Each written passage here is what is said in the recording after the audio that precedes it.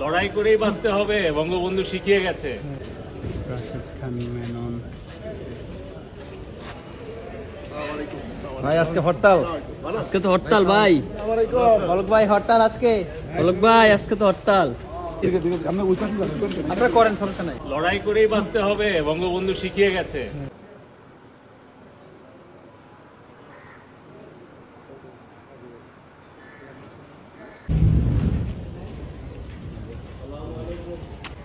Sir কেমন আছেন?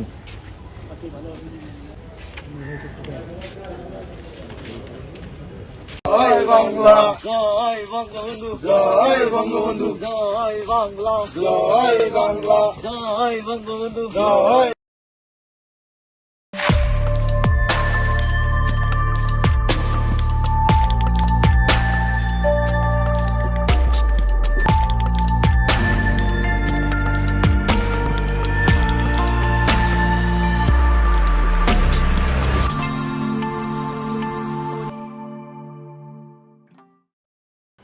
Professor Yunus Aynaghor পরিদর্শন করলো না।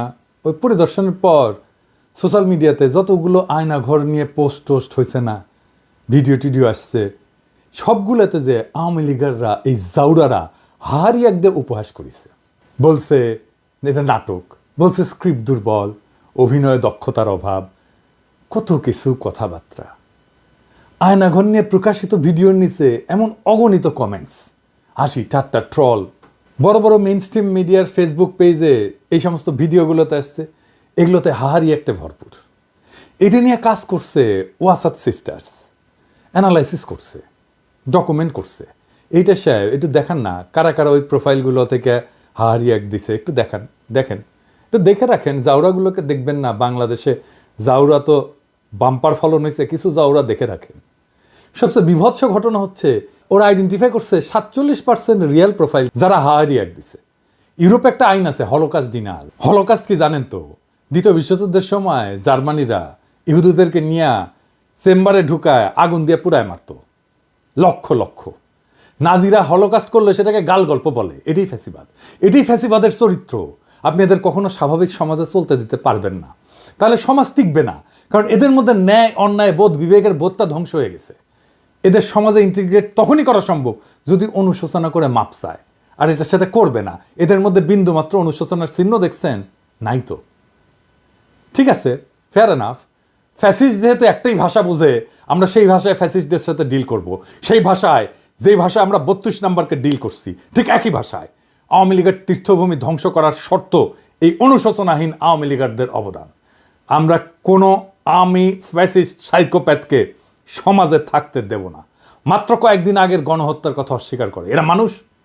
এদের আপনি মানুষের মর্যাদা দিতে চান? এদের আপনি গণতান্ত্রিক অধিকার দিতে চান? গ্রেপ্তারকৃত হতভাগ্যের স্ত্রীকে রোজা ভাঙ্গায় ধর্ষণ করে যে হাসিনার পুলিশ একবার না বারবার, এই ভয়ঙ্কর ইতিহাস সামনে আসতেছে। সেই সময় বাংলাদেশে বসে হারি এক দেবে আর আমরা এটা মাইনা নেব? স্বামীকে আটকের পর হত্যার হুমকি দিয়ে স্ত্রীকে ধর্ষণ করত এই আলেপ, হাসিনার পদক পাওয়া পুলিশ। শোনেন, তাকে ধর্ষণ করার বিনিময়ে আমাকে মুক্তি দেওয়া হয়। বাচ্চারা, তোদের টুঙ্গি পাড়া উড়াই দেবো, আমি শপথ নিলাম। ফ্যাসিবাদের শেষ চিহ্ন মুছে ফেলবো। দে দেখি কত হাহারি এক দিতে পারিস। জাউরার সাথে ডাবল জাউরমে করা হবে। ধানমন্ডিতে আওয়ামী লীগের অফিসের জায়গাটা সরকারের, এটা দীর্ঘমেয়াদের লিজ নেওয়া। এই লিজ বাতিল করে অধিগ্রহণ করে ফেলা উচিত। লিজের শর্তের আইনি পরীক্ষা করে যদি সম্ভব হয় দ্রুত লিজ বাতিল করে দিতে হবে। এটা ধানমন্ডি 32 নম্বরের জন্য প্রযোজ্য। আমরা এই জন্যে আওয়ামী লীগকে নিষিদ্ধ করতে চাই। এদের পশ্চিমে অ্যাসাইলাম নেওয়ার রাস্তা যেন বন্ধ হয়ে যায়, আর যারা পশ্চিমে আছে তারা যেন আওয়ামী লীগের হয়ে জিন্দাবাদ দিতে না পারে। নিষিদ্ধ সন্ত্রাসী দলের সদস্য হিসেবে এদের যেন দেশে ফিরে আনা যায়, আর এদেরকেও বিচারের মুখোমুখি করা যায়।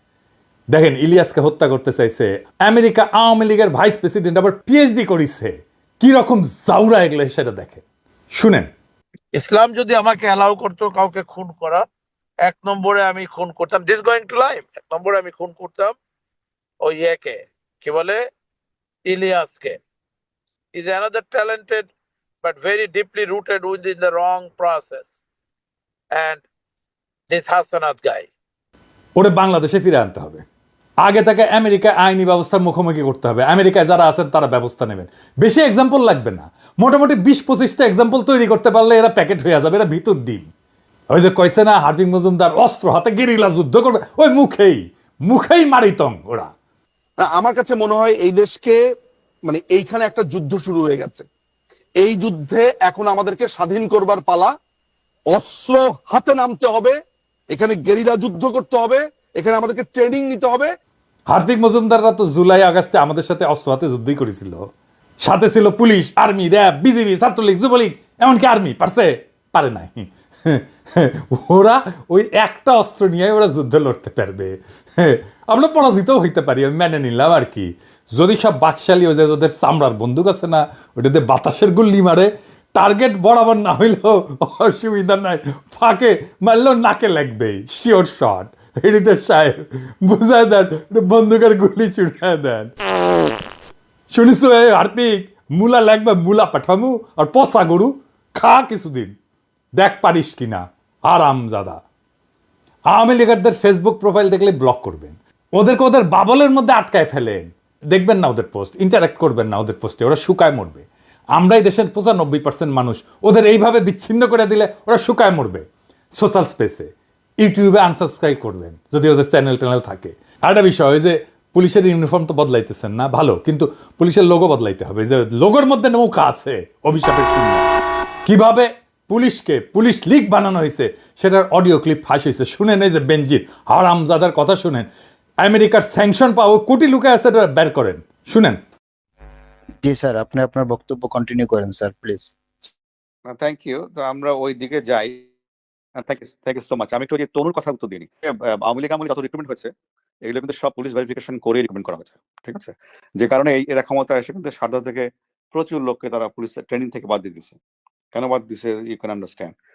আমরা আমাদের সময়, আমি যে কদিন ছিলাম বা তার আগেও আওয়ামী লীগের আমলে আমাদের জানা মতে মানে ওই ভিন্ন মতাদর্শ কোনো লোকজন সহজে ঢুকতে পারে নাই, বিকজ এগুলোকে সব আগে পুলিশ ভেরিফিকেশন করে এরা কে কোন মতাদর্শে সেগুলো নিশ্চিত হয়েই চাকরি দেওয়া হয়েছে। এটা আপনার জানার জন্য। এই জন্য কিন্তু ওই কালকেও কোথায় পরশুদিন কোথায় কথা বলছিলাম, তারা বলছিল যে এরকম লোকজন বলে যে এটা বেনজিরের বাহিনী, ঠিক আছে? এবং পুলিশকে কিন্তু এরা বিশ্বাস করে না, এরা খুন করে ক্ষমতায় আসছে, আবার এরা কিন্তু পুলিশকে বিশ্বাস করে না। যদিও এই মুহূর্তে তারা প্রচুর লোকজন নিয়ে আসছে, ওই যে রিটায়ারমেন্ট থেকে এখান থেকে সেখান থেকে এনে বসিয়েছে। ওই যে আপনার 2008 সালের আগে 9 সালের আগে যারা রিক্রুট ছিল পুলিশে, তাদেরকে সামনে নিয়ে আসছে, এইভাবে কিছু লোকজনকে সামনে এনে চালানোর চেষ্টা করছে। কিন্তু বেসিক্যালি কিন্তু তারা পুলিশকে বিশ্বাস করে না। তারা মনে করে যেগুলো আওয়ামী লীগের সমর্থক, পুলিশ ইন্টার বাহিনী আওয়ামী লীগের সমর্থক। আর আমি মনে করি যে এই আওয়ামী লীগের পুলিশ বাহিনী তো আসলে বঙ্গবন্ধুর নেতৃত্বে কাজ করার ঐতিহ্য ইতিহাস আছে। আপনারা জানেন যে আপনার 25শে মার্চ কাল রাত্রে তো যে অ্যাটাক গুলো হয়েছিল, তার মধ্যে প্রধান হচ্ছে রাজারবাগ পুলিশ লাইন, এবং তারাই প্রথম কিন্তু স্বাধীনতার সপক্ষে প্রথম গুলি বর্ষণ তারাই করেছে কিন্তু পাক আর্মিদের বিরুদ্ধে। তো ওখান থেকে কিন্তু এদের এই বাহিনীর একটা ঐতিহ্য আছে, প্রো আওয়ামী লীগ ঐতিহ্য বা প্রো লিবারেশন ঐতিহ্য আছে।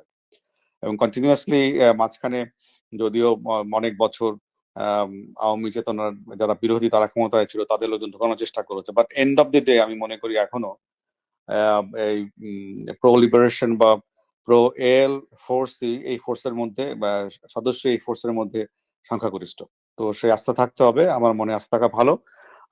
এবং এন্ড অফ দি ডে দেখবেন যে এরাই আপনার একসময় সহযোগী হয়ে দাঁড়াবে আর কি।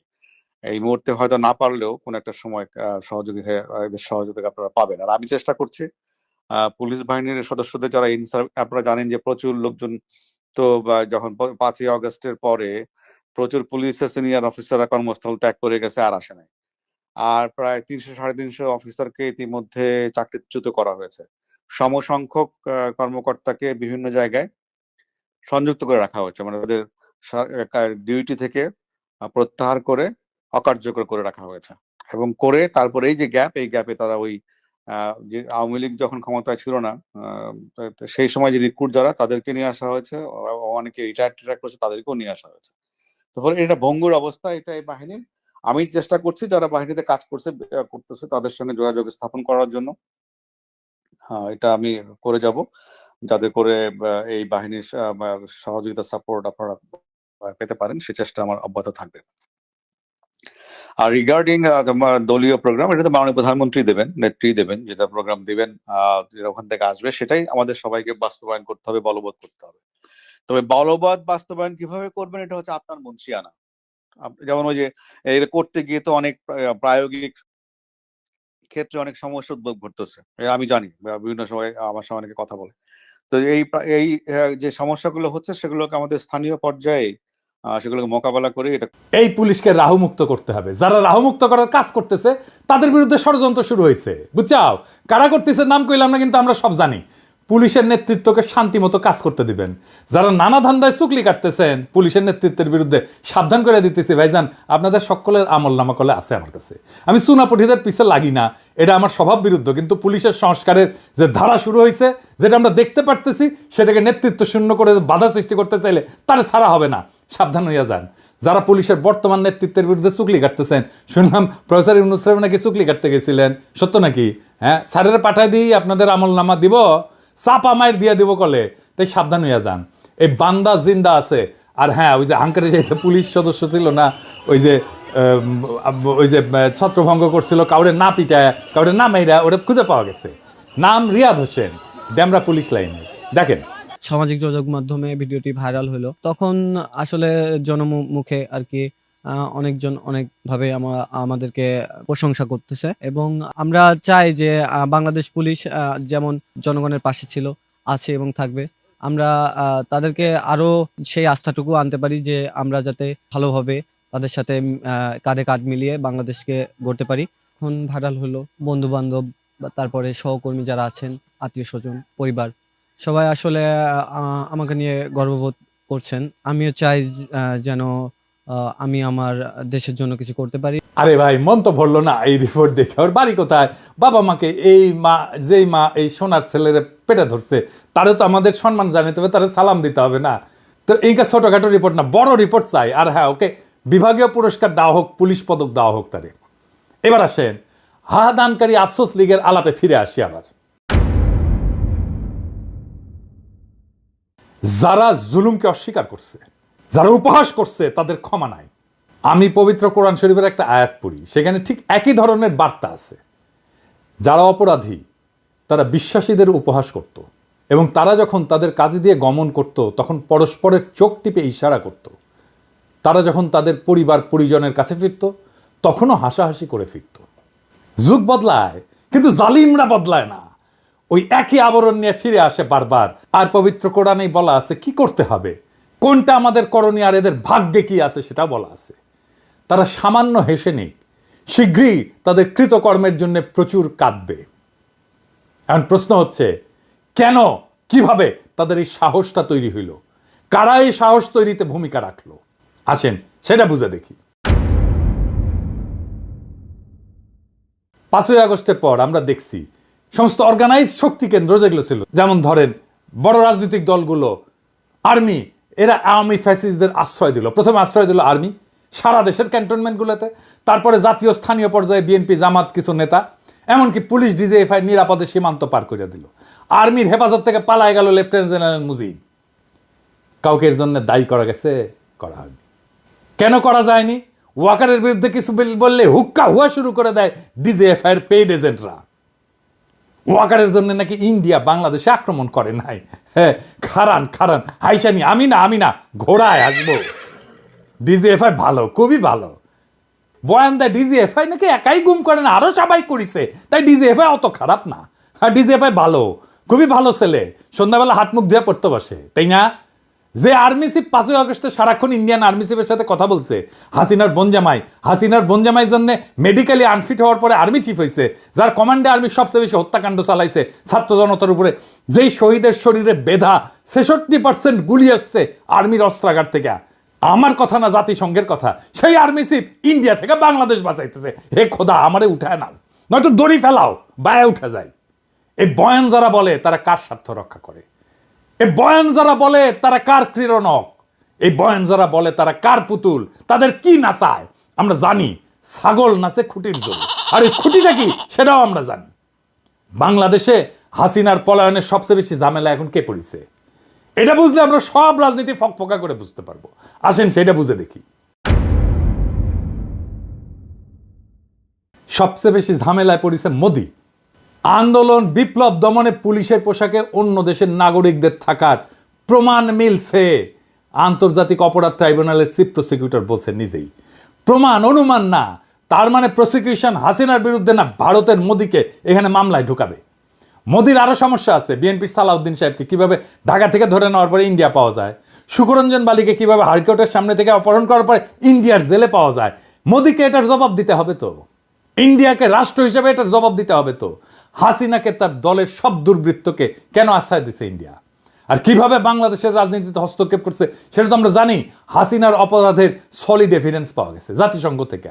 আমরা করি নাই, প্রফেসর ইউনূস করে নাই, প্রফেসর ইউনূসের প্রশাসন করে নাই, করছে থার্ড পার্টি জাতিসংঘ। এইটার কোনো যদি কিন্তু নাই, এর সে সলিড এভিডেন্স হয় না। বাংলাদেশের আদালতে বেইজ্জতি, এটা মোদি ঠেকাইতে চায়। এইটা ভারত রাষ্ট্রের জন্য জরুরি।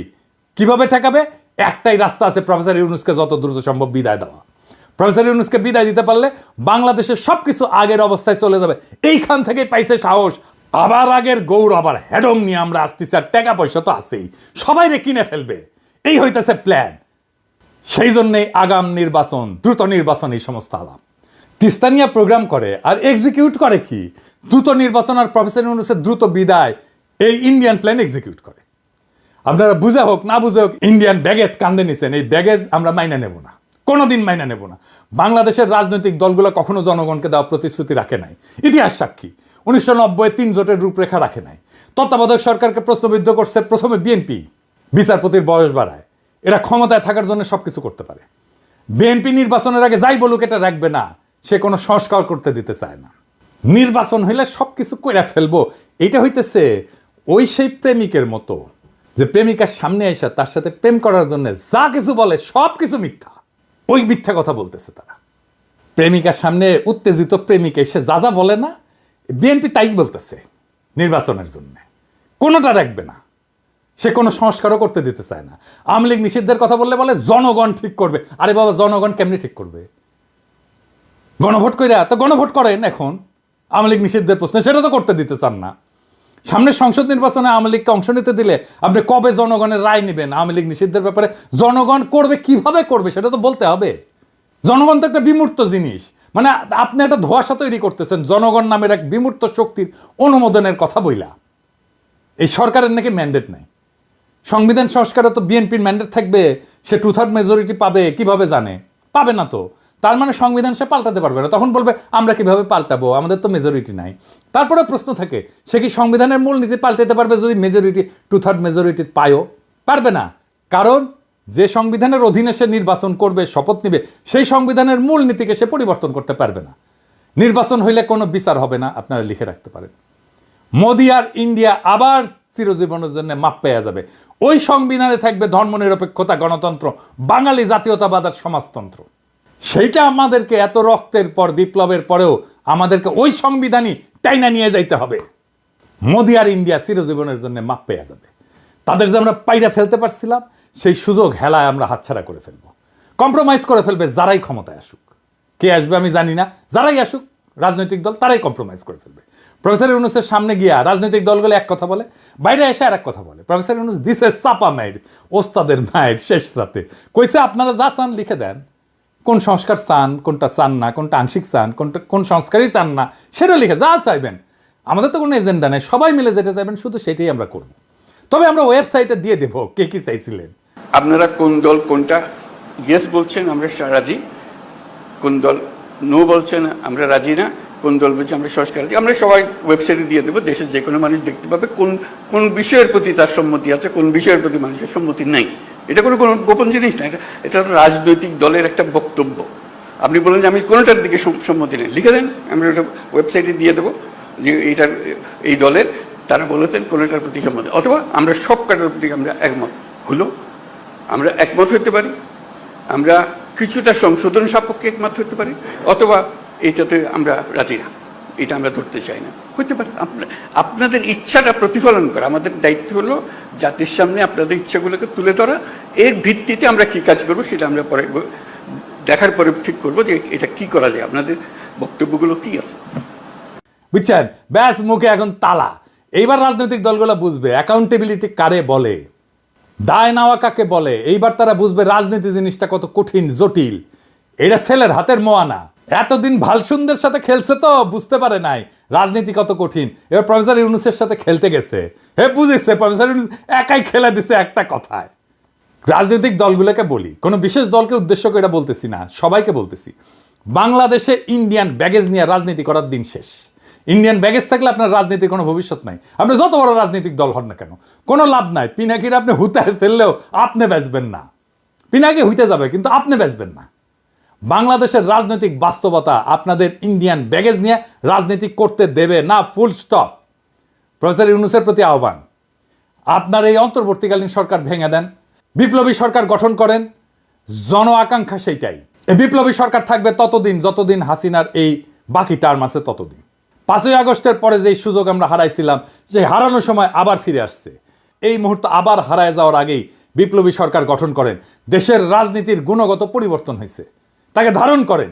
বিপ্লবী সরকার গণপরিষদের নির্বাচন দেবে, সবাই নির্বাচন করছে, দ্রুত নির্বাচন দিয়ে দেবে। বিপ্লবী সরকার গঠন করে 1 মাসের মধ্যে গণপরিষদ নতুন সংবিধান রচনা করবে। আপনারা নির্বাচন করেন সেইখানে, সেই সময় বিপ্লবী সরকার সংস্কার সম্পন্ন করবে। নতুন সংবিধান রচিত হলে গণপরিষদ ভেঙ্গে দিয়া সেই নতুন সংবিধানের অধীন নির্বাচন হোক। আপনারা সবাই উৎসবের সাথে সেই নির্বাচনে অংশ নেন। আমি ব্যক্তিগতভাবে চাই প্রফেসর ইউনূস জাতির নেতৃত্ব থেকে যেন তারপরেও বিদায় না নেন। তিনি যেন রাষ্ট্রপতির পদকে অলংকৃত করেন। তিনি আসলেই অলংকার হয়ে উঠবেন রাষ্ট্রপতি পদের জন্য। আমরা উনার অভিভাবকত্ব এত তাড়াতাড়ি হারাইতে চাই না। বাংলাদেশকে আমাদের শক্ত অর্থনৈতিক এবং রাজনৈতিক ভিত্তির উপরে দাঁড় করানোর জন্য প্রফেসর ইউনূসের অভিভাবকত্ব আমাদের দরকার। ছাত্র জনতার আকাঙ্ক্ষার রাষ্ট্র তৈরি করে দেওয়াটা আমাদের দায়িত্ব এবং কর্তব্য। আমাদের সেই প্রতিশ্রুতি ভুলে গেলে চলবে না। আমরা এক কঠিন জটিল সন্ধিক্ষণে দাঁড়ায় আছি। একদিকে ভয়, অন্যদিকে সম্ভাবনা। যারা সত্যকে বিকৃত করছে, ইতিহাসের নির্মম বাস্তবতাকে উপহাস করছে, তারা শুধু নিজেদের মানবিকতাই হারায়নি, তারা আমাদের ভবিষ্যৎকেও হুমকির মুখে ফেলে দিছে। কিন্তু ইতিহাস সাক্ষী, জুলুম কখনো টেকসই হয়নি, জুলুম কখনো টেকেনি, জালেম কখনো টেকেনি। প্রত্যেকটা ফ্যাসিস্ট শক্তির শেষ আছে, আর সেই শেষ তারাই ডেকে আনে যারা সত্যকে মুছে দিতে চায়। আমাদের করণীয় একটাই, হাসিনা আর তার দোসরদের বিচার নিশ্চিত করা, রাষ্ট্রের ন্যায়ের ভিত্তি পুনর্নির্মাণ করা। আমাদের রাজনীতি কোনো আপোষের রাজনীতি হইতে পারে না। আমাদের লক্ষ্য একটাই, ফ্যাসিবাদের শেষ চিহ্ন মুছে ফেলা।